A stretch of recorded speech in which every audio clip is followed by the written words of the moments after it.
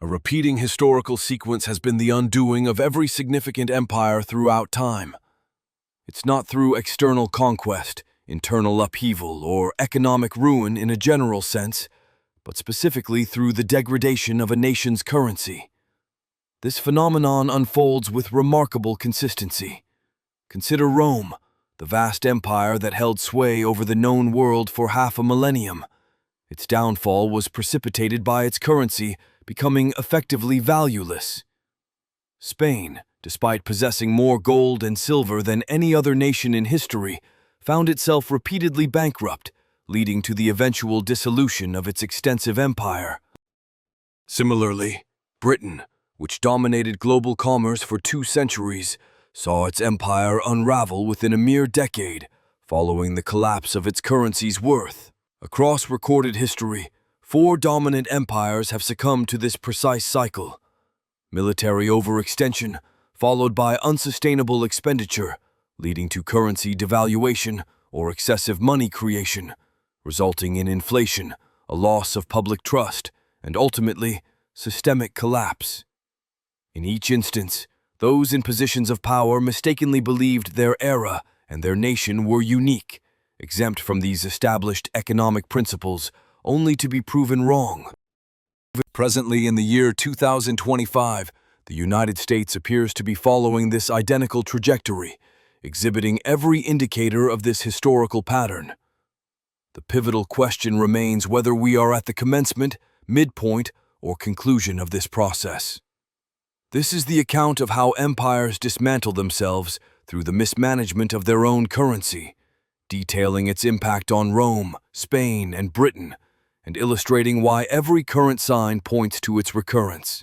Let us begin with Rome, the empire that commanded dominance across Europe, North Africa, and the Middle East for over 500 years. At its zenith, Rome governed a populace of 60 million souls, spanning 3 continents. Its military might was unparalleled, its infrastructure the most sophisticated on the planet, and its currency, the denarius, was universally accepted and trusted from Britain to Egypt. The denarius, a silver coin introduced in 211 BC, initially contained approximately 4.5 grams of pure silver. For centuries, its intrinsic value was maintained because the Roman government preserved its purity. When one received a denarius, its contents were predictable, pure silver, representing tangible worth. This fostered confidence, enabling Rome to finance its territorial expansion, compensate its soldiers, and construct its monumental infrastructure. However, empires are inherently costly. With each passing generation, Rome's frontiers expanded, and each territorial gain necessitated increased military presence, fortifications, road networks, and administrative structures, ultimately demanding more financial resources than Rome possessed. Consequently, they resorted to the common practice of empires facing such deficits: currency debasement. Emperor Nero, who reigned from 54 to 68 AD, was the first to substantially diminish the silver content of the denarius. His aim was to fund his lavish lifestyle and costly military ventures. He therefore instructed the mints to reduce the silver content from 100% to 90%, thereby pocketing an additional 10% profit per coin. This allowed him to mint 11 coins from the silver that previously yielded only 10, effectively increasing the money supply without adding to the intrinsic value, a form of inflation. Nevertheless, 90% silver still represented a considerable measure of worth. The true devastation, however, emerged later. By the reign of Emperor Caracalla in 211 AD, the denarius contained only 50% silver, with the remainder being base metal. By 265 AD, under Emperor Gallienus, its silver content had plummeted to a mere 5%. A coin that was once pure silver was now composed of 95% worthless metal with a thin silver plating. Consider the implications. A Roman soldier in 265 AD receiving their pay in denarii would be compensated with coins worth 1/12 of what their counterparts earned 2 centuries prior. The government maintained that nothing had changed. The coins still bore the name denarius and depicted the emperor's visage, yet their purchasing power had evaporated. Prices skyrocketed. An item costing 1 denarius in 200 AD now required 50 denarii by 300 AD. Farmers ceased accepting coins for their produce, demanding bartering instead. Soldiers refused to fight unless compensated in gold or goods. Tax collectors found it impossible to gather revenue as the currency had lost its value. The entire economic framework ground to a halt. Crucially, this collapse was not instigated by foreign invasion. Rome's borders remained defended. Nor was it caused by plague or natural disaster. It was a self-inflicted wound. The Roman government had deliberately eroded its own currency to finance expenditures it could not afford. And when the currency perished, the empire followed suit. By 476 AD, the Western Roman Empire officially dissolved, not because Germanic tribes possessed superior strength, but because Rome could no longer sustain its armies, fund its administration, or maintain its infrastructure. The currency had been debased into oblivion, and everything built upon it crumbled. This established the pattern: military expansion, unsustainable spending, currency debasement, inflation, economic dysfunction, and collapse. Rome exemplified this sequence, and every subsequent empire has replicated it. Let us now fast forward 12 centuries to Spain in the 1600s. The Spanish Empire was on the cusp of its golden age. Christopher Columbus had unveiled the New World, Hernán Cortés had conquered the Aztecs, and Francisco Pizarro had subjugated the Incas. Spain now controlled the wealthiest territories on earth. In 1545, Spanish explorers discovered the Cerro Rico mountain in Potosi, present-day Bolivia. This was no ordinary silver mine. It represented the largest silver deposit ever unearthed. For the subsequent century, Potosi would yield nearly half of the world's silver production, amounting to millions of pounds. Ships laden with this silver traversed the Atlantic, filling Spanish coffers with unimaginable wealth. Spain minted this silver into coinage, and the Spanish dollar emerged as the world's first truly global currency, utilized from Europe to Asia, earning widespread trust and enjoying a seemingly endless supply. Spain ascended to become the wealthiest and most powerful empire on the planet. At its zenith, the Spanish Empire encompassed territories on every inhabited continent. The sun truly never set on Spanish possessions. And then, precisely as Rome had done, they engineered their own demise. This stems from a paradox of wealth. An abundance of money does not equate to greater prosperity if everyone possesses more of it. As Spain inundated Europe with silver, prices escalated. An item costing 1 silver coin in 1500 now demanded 10 coins by 1600. The silver itself had not diminished in purity. There was simply a vastly greater quantity of it. This is inflation.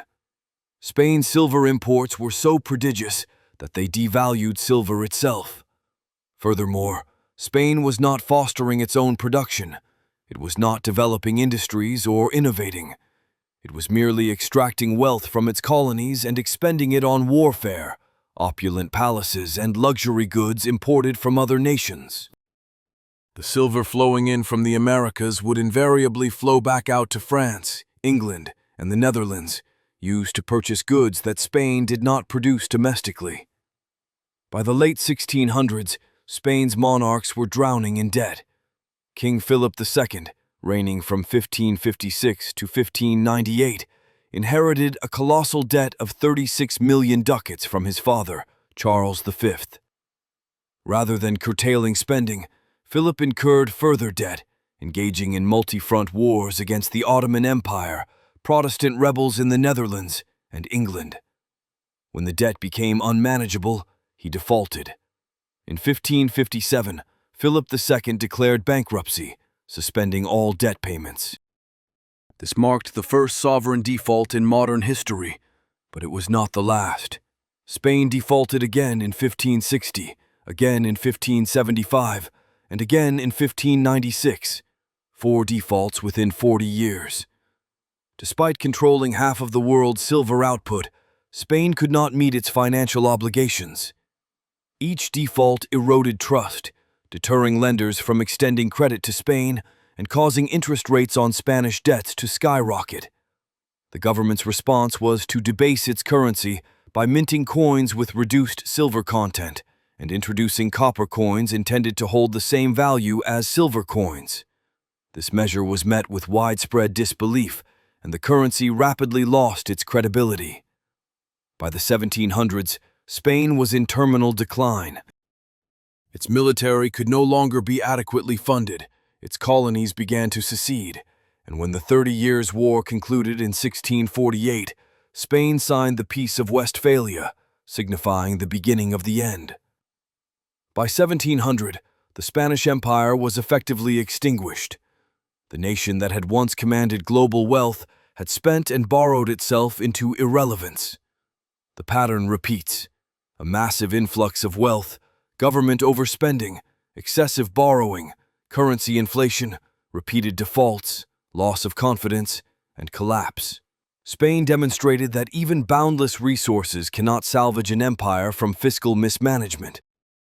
Now we turn our attention to Britain, an empire that endured longer, extended further, and controlled more wealth than Rome or Spain combined.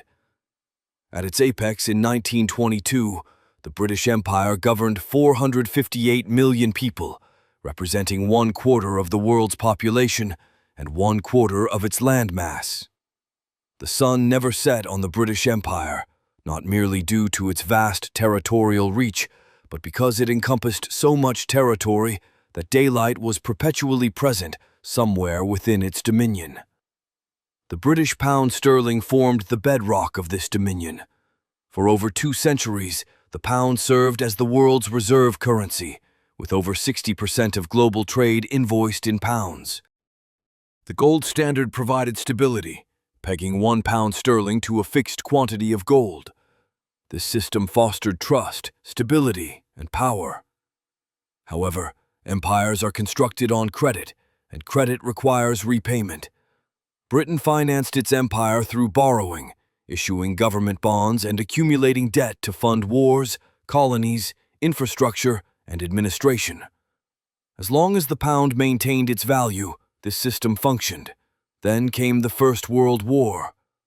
In 1914, Britain's national debt stood at $650 million. By 1919, after 4 years of total conflict, this figure had surged to over $7 billion, a 10-fold increase within 5 years.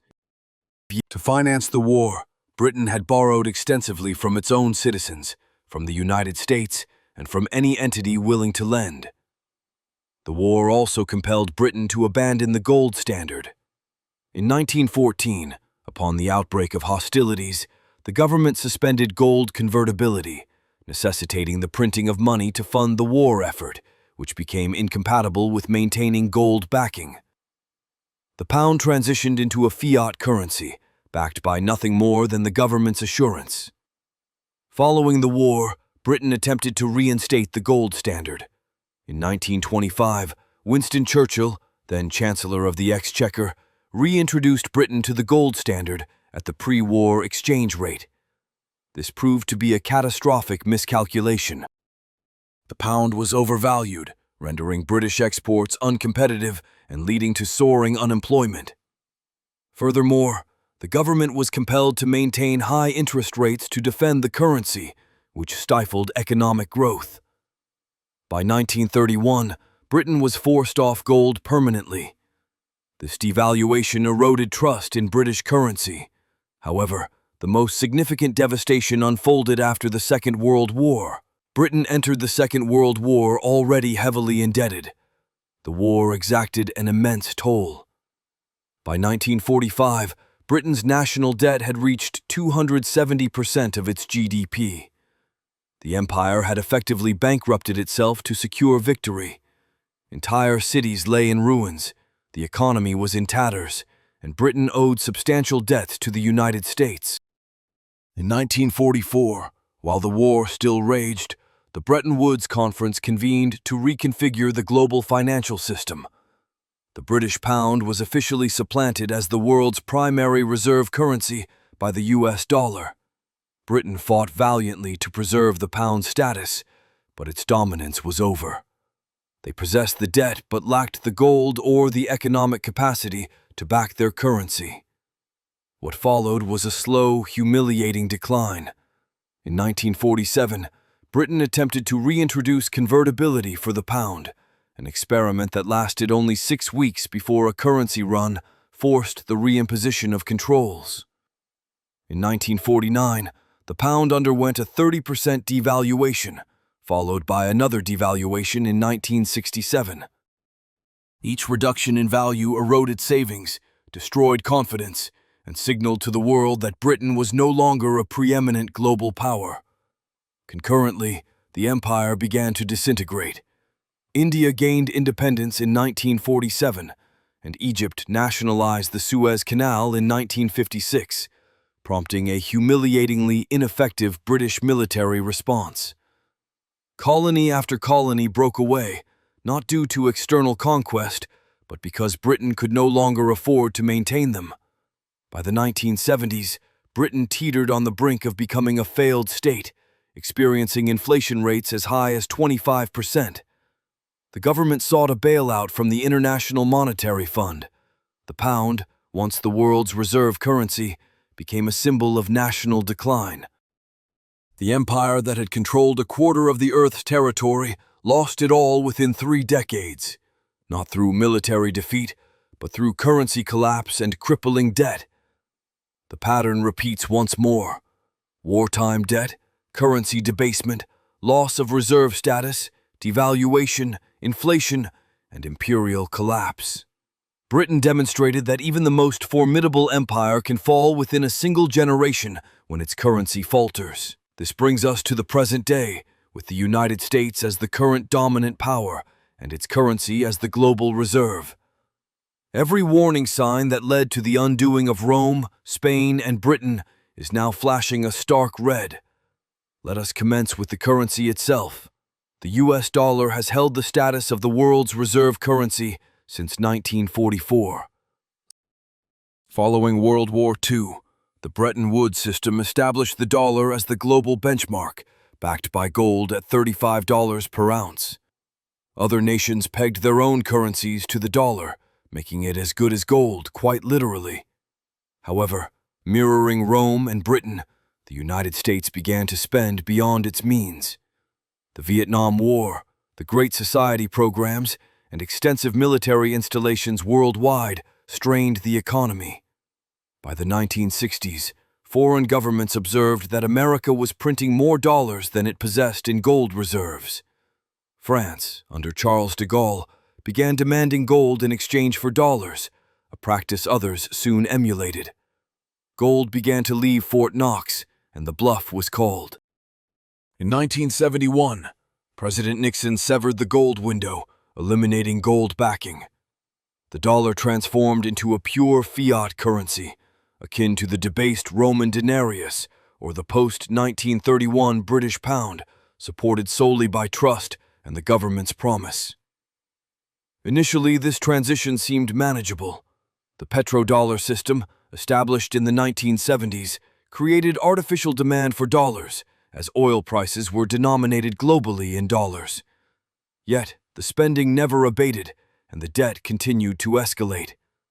In 1980, U.S. national debt stood at $900 billion. By 2000, it had reached $5.6 trillion. By 2020, it was $27 trillion. Currently, in 2025, it exceeds $36 trillion, representing a 40-fold increase in 45 years and an accelerating trend. However, the debt is only part of the narrative. Just as Rome debased the denarius and Spain flooded the world with silver, the United States is engaged in significant money printing. Since 2008, the Federal Reserve has generated trillions of dollars ex nihilo, a practice termed quantitative easing, presented as necessary for economic stabilization. During the COVID-19 pandemic, over $4 trillion were printed within a 2-year span, a greater sum than in the preceding century combined. And just as every preceding empire, we were assured this would not precipitate inflation, that modern economic theory had resolved these historical dilemmas, and that our situation was unique. It is not. Inflation surged to 9% in 2022. The actual inflation experienced by consumers for essential goods like food, housing, and healthcare is considerably higher. The dollar is undergoing gradual debasement, but this pattern invariably accelerates. Furthermore, mirroring Britain's trajectory, the United States is experiencing a decline in its reserve currency status. In 2000, over 70% of global reserves were held in dollars. Today, that figure has dropped to 58% and continues to fall. The BRICS nations, Brazil, Russia, India, China, and South Africa, along with new members, are actively developing alternatives, trading in their local currencies, establishing new payment systems, and diminishing their reliance on the dollar. China and Russia are aggressively acquiring gold, and central banks worldwide are diversifying their holdings away from dollars. The global community is preparing for the dollar's loss of dominance, much as it anticipated the pound's decline. The pattern is unmistakable, and here lies the most perilous aspect. The United States faces the same predicament as Rome: military overextension. The U.S. maintains nearly 800 military bases in over 70 countries, with an annual defense budget exceeding $800 billion. The wars in Iraq and Afghanistan have incurred costs exceeding $8 trillion. The empire is extraordinarily expensive and is financed through debt and printed currency. Just as Rome could not afford to pay its legions with debased coins, just as Spain could not sustain its military after repeated defaults, and just as Britain could not maintain its empire following currency collapse, the United States is rapidly running out of time. Therefore, let us identify this pattern, for once recognized, it cannot be unseen. Every empire that has faced economic collapse has followed the identical sequence, not merely a similar one. Stage 1. Dominance. The empire is at its peak, exhibiting military strength, economic power, and currency trust. Rome with the denarius, Spain with the dollar, Britain with the pound, and America with the dollar. In this phase, the currency is backed by something tangible: gold, silver, or trust built over generations. The empire appears invincible. Stage 2. Overextension. The empire expands beyond its capacity, incurring greater territorial commitments, more extensive military obligations, and more promises to its populace. Rome expanded across 3 continents. Spain sought to control all oceans. Britain colonized a quarter of the world, and America maintains bases on every continent. The associated costs become unsustainable. Stage 3. Deficit spending. The empire expends more than it earns. Initially, this is manageable through borrowing and issuing bonds with repayment promises. However, the deficits become structural and permanent. Rome needed to pay its legions, Spain to fund its wars, and Britain to finance 2 world wars. America incurs trillion-dollar annual deficits, even during periods of growth. Stage 4. Currency debasement. Unable to borrow or tax sufficiently, the empire debases its currency. Rome reduced the silver content of the denarius. Spain flooded the market with silver, triggering inflation. Britain abandoned gold and devalued the pound twice. America exited the gold standard in 1971 and has been printing money ever since. Stage 5. Inflation. An increase in currency supply without a corresponding increase in real goods leads to rising prices.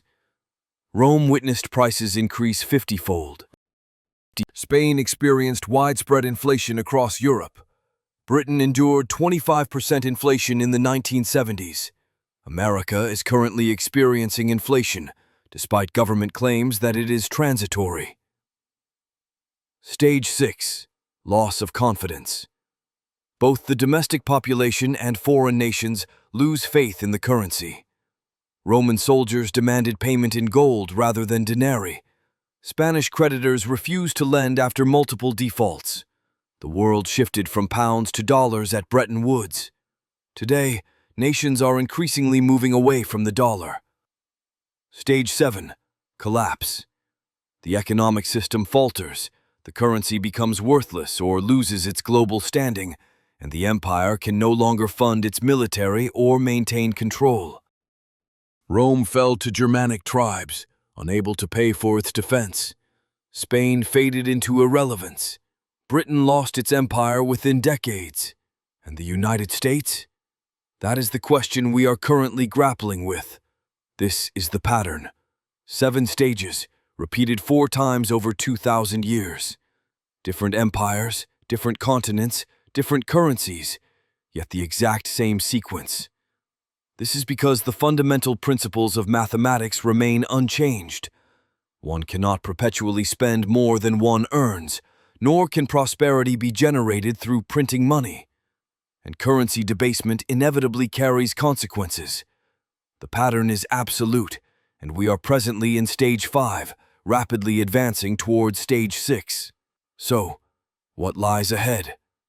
History presents 3 potential outcomes. First, controlled decline. This mirrors Britain's post-1945 era, where it relinquished its empire, lost its reserve currency status, and experienced painful devaluations and inflation. However, the nation endured, adjusting to a secondary global role, a slow, humiliating decline, but not complete collapse. Second, chaotic collapse, exemplified by Rome in the 5th century, where the currency became worthless, the government lost control, the empire fragmented, and the Dark Ages ensued. This represents the worst-case scenario, a total systemic breakdown, encompassing not only economic, but also social and political spheres. Third, reset and restructure. This involves the establishment of a new currency system, perhaps returning to a gold backing, or the emergence of a new reserve currency, such as China's yuan, a basket of currencies or digital currencies. The old system would cease to exist, but a new one would emerge relatively swiftly, a painful but survivable transition. The United States stands at a critical juncture. The national debt, at its current levels and with current spending, cannot be repaid. The only feasible options are default, inflation, or restructuring. Default would result in the instantaneous demise of dollar hegemony. The surge in prices is already underway and is expected to intensify. Implementing necessary structural reforms demands a level of political resolve that is currently absent. What sets this situation apart from historical precedents like the Roman, Spanish, or British empires is a crucial distinction. Those were primarily regional powers. The United States dollar, however, holds the status of the world's primary reserve currency. When the Roman Denarius faltered, its impact was confined to the Roman Empire. Conversely, a collapse of the dollar would reverberate across the entire globe. Every central bank, every international trade agreement, every financial market, and the deeply interconnected global economy would magnify both the severity of the consequences and the resulting turmoil. Nevertheless, historical trends indicate an impending crisis. This isn't based on prophecy, but on observable precedent. Across 4 empires, there have been 4 instances of currency failure, each following a remarkably similar sequence of events. The mathematical realities of imperial economies are unforgiving. One can postpone or deny these realities, but ultimately, they cannot be evaded. Rome devalued its coinage to compensate its soldiers. The denarius eventually became worthless, and the empire crumbled. Spain inundated the global market with silver. This led to rampant inflation, which eroded its economic prosperity, and the empire began its decline. Britain incurred massive debts to finance 2 world wars. The pound sterling subsequently depreciated significantly, leading to the dissolution of its empire. Now the United States is issuing trillions in currency, maintaining perpetual budget shortfalls, and mistakenly believes its situation is unique. It is not. This pattern is indifferent to notions of American exceptionalism, military might, or technological prowess. The pattern is fundamentally economic, and economic laws are as immutable as the laws of physics. It is impossible to manufacture wealth through printing money. Endless borrowing is unsustainable, and devaluing one's currency inevitably leads to the downfall of the empire. 4 empires, 4 collapses, 4 identical patterns. The only remaining uncertainty is the timescale. How much longer until the 6th stage? How long before global confidence in the dollar evaporates? How long before the American empire joins Rome, Spain, and Britain in the annals of history? The established pattern suggests we are nearing the end. The mounting debt levels indicate we are close. The continuous printing of money signals our proximity. And history, which has witnessed this exact sequence lead to the destruction of 4 empires previously, confirms that the conclusion is inevitable. The only variables are the speed of the descent and the degree of hardship experienced. If this analysis has provided you with a fresh perspective, please subscribe, as understanding what happens and why will be crucial when the pattern is finally complete. History holds the answers, and the pattern is a truthful guide.